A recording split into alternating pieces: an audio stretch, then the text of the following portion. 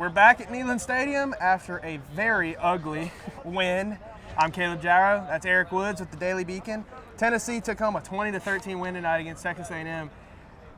It was not fun to watch. I assume it was probably even less fun to play in. What's your biggest takeaway, Eric? I mean, moving forward, I don't really know how to take this game. It was something for sure.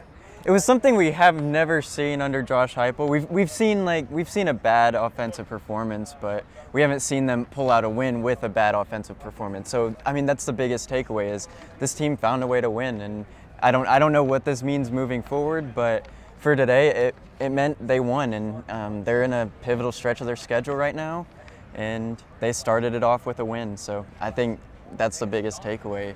Yeah, I think some of the players said it just kind of like, it is what it is. The offense didn't play good, but the defense pulled it out. This is the first win under Josh Heupel where his team has scored less than 30 points. And that was a big thing coming into tonight. I want to say it was 0-9 or 0-10 when the team scored less than 30. And tonight they scored less than 30 and they won. They came up big in spots. You got a lot of field goals. Kamal had an interception, gave Judy Lawley interception. Max Johnson was pressured all night.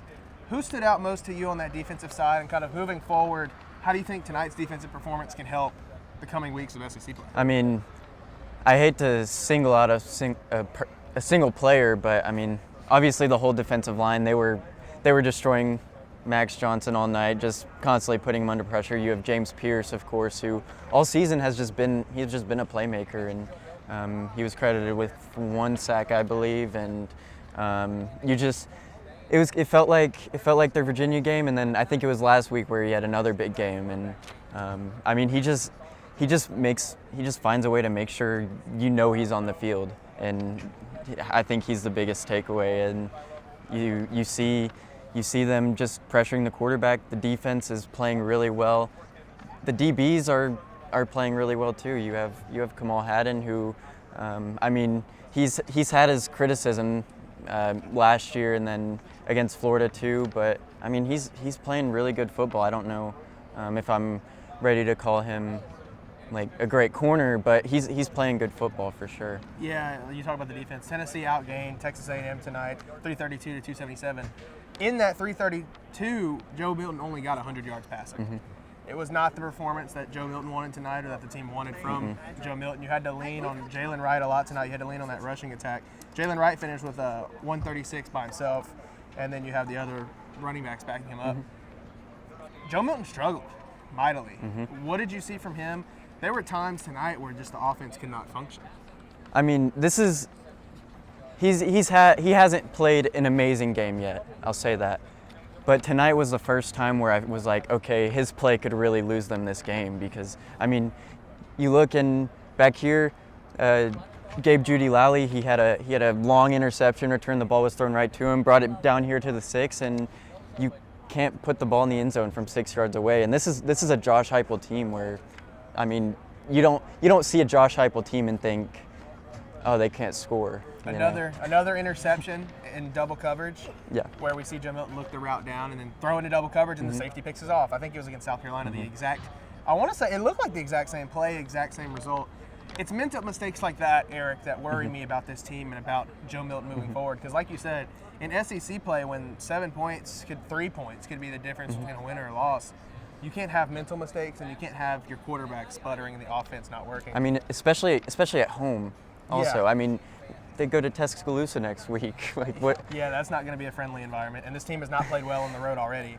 So you're going to have to look for Joe Milton to take a step forward next week. Luckily, they had Jalen Wright to lean on. What did you see out of him tonight? I mean, once he gets past that line, he's electric. There's no other way to put it. I mean, that first drive, he was stuffed. He was stuffed to maybe, it might have just been once, but then you saw the second drive, and he got past the really good defensive line for Texas A&M, and then you just saw him make plays, and I felt like he didn't want to go down either. And I mean, that's normal for a running back, but he also wasn't going down. He was breaking 10-yard runs, 12-yard runs, and then you had the occasional 20-something yard run. Yeah, he averaged 7 yards a carry. I only question, sometimes it felt like Jalen Wright was rolling, and then they threw Jabari Small and Dylan Sampson in there. And while they had good runs, Jalen Wright is the guy with the hot hand tonight. He's the one toting the rock.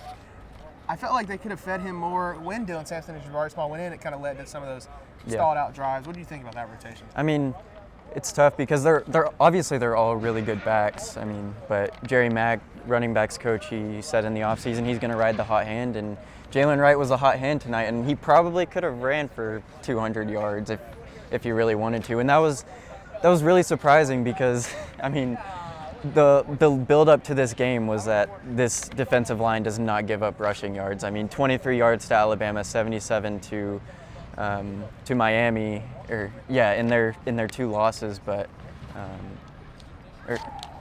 yeah, I mean, realistically, I did not expect him to run the ball. I thought it'd have to be a Joe Milton winning the game. It was not Joe Milton winning the game. We saw Josh Heupel with some questionable decisions as well, and he called himself out in the press conference. Going forward on 4th down when they probably should have kicked it, kicking it when they maybe should have went for it on 4th down. It just felt like each way he kind of struggled with those decisions. And hindsight's 20/20. Yeah. I mean, we could be looking back if this game played out differently that those decisions were good. So that's some things that went wrong.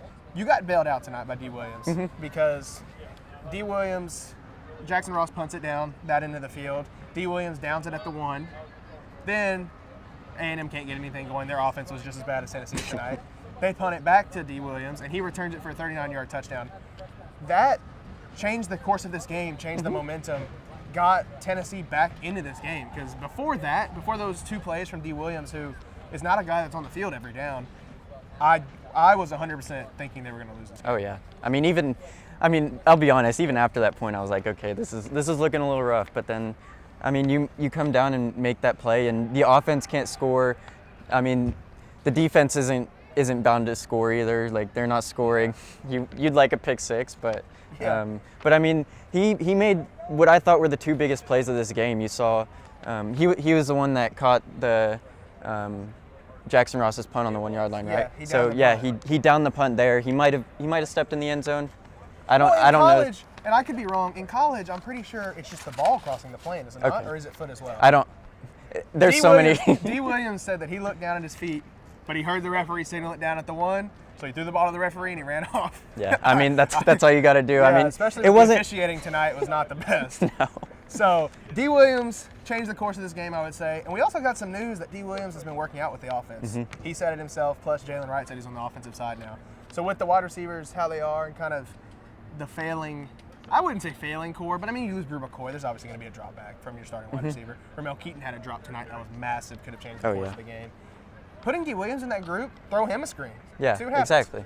I mean, it's the same. It's probably easier than returning a punt because you get hit on a punt return. Those guys are 50 yards full steam. I mean, a screen pass is a little different. So, Eric, final thoughts about this game? Heading to Tuscaloosa next weekend. Yeah, I mean, I would honestly love to see D. Williams on offense. There's a reason he isn't on offense, of course, but I mean, he's a playmaker. Playmakers make plays. There's no other way to put it. So, I mean, like we said, a win is a win tonight, and that's all you can hope for on a game like tonight. Yep. As the players said in media, it is what it is. So, for Eric Woods, I'm Caleb Jarreau, and this has been another production of the Daily Beacon Sports Podcast Network and the Daily Beacon postgame show.